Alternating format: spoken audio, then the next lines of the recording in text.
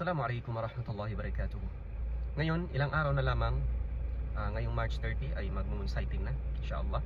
So, inshallah kung makikita man ang buwan ay kalaunan mag-i-Eid na sa 31.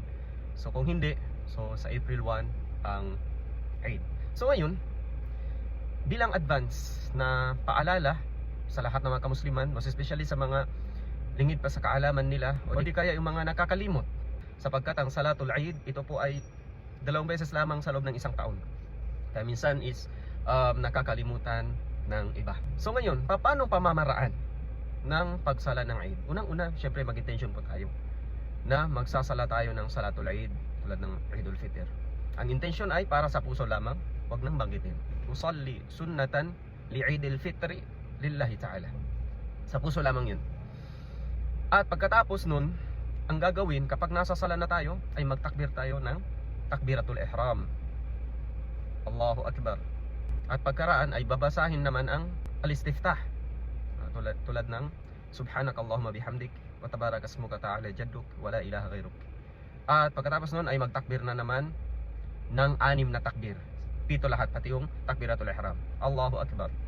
Tapos babasahin ang Subhanallahi walhamdulillahi wa la ilaha illallah wallahu akbar hanggang ika-6. Pagkatapos nun ay syempre mag-Fatiha ang imam, tapos magbasa ng surah ng Suratul A'la o di kaya anumang surah na nalalaman mo.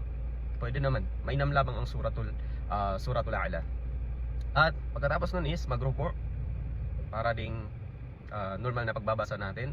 Ruku, and then tayo, sujud, upo, and then sujud, and then tayo na naman. Pag tayo sa pangalawang raka'a, takbir na naman, Allahu Akbar, ganun din. Subhanallah, walhamdulillah, wala ilaha illallah, wallahu akbar. 5 takbir, ganun, Allahu Akbar, ganun. And then, pagkatapos nun ay magbasa na naman ng Suratul Fatiha. Pagkatapos ng Suratul Fatiha, magbabasa na naman ng ibang surah. Anong pinakamainam na surah? Suratul Ghashiyah. Kung hindi mo alam, kahit anong surah.